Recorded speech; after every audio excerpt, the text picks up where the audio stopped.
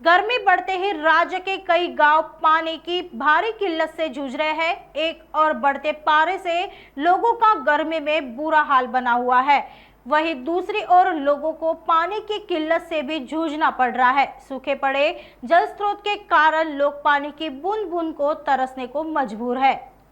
पानी रे पानी तेरा रंग कैसा, पानी पर बनी किसी हिंदी गाने की यह लाइनें हमें बहुत कुछ सोचने पर मजबूर करती है। आप यह जो भीड़ देख रहे हैं वह भी इसी पानी के लिए है। पानी के लिए टैंकर के पास खड़ी इस भीड़ का संघर्ष देखते ही यह पंक्तियां यथार्थ का दर्शन कराती है। वैसे आपको बता दें, यह भीड़ विदर्भ का स्वर्ग कहे जाने वाले मेलघाट के खड़ीमल गांव की है, जो इस वक्त पानी की भारी कमी से जूझ रहा है। गांव में पानी के स्रोत पूरी तरह सूख गए हैं, इसलिए यहाँ के निवासियों को टैंकरों के जरिए पानी की आपूर्ति जारी है, लेकिन वह पानी भी घरों तक नहीं पहुंच पाता, बल्कि टैंकरों से पानी कुएं में डाला जाता है और फिर नागरिकों को कुएं से पानी निकालकर पीना पड़ता है।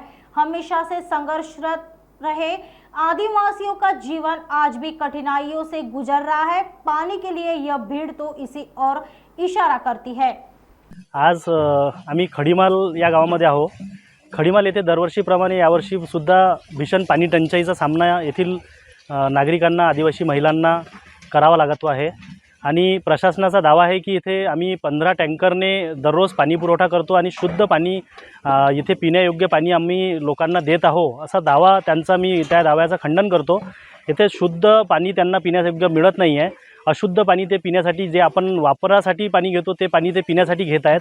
परंतु 15 टँकर जे सांगितलेले आहे ते 15 टँकर नसून येथे फक्त 2च टँकरने पाणी पुरवठा केला जातो।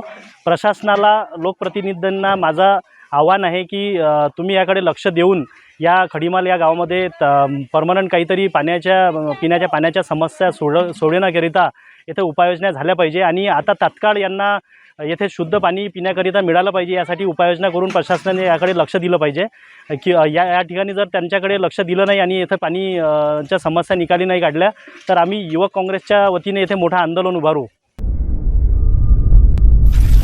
नागपुर समय, गली से दिल्ली तक।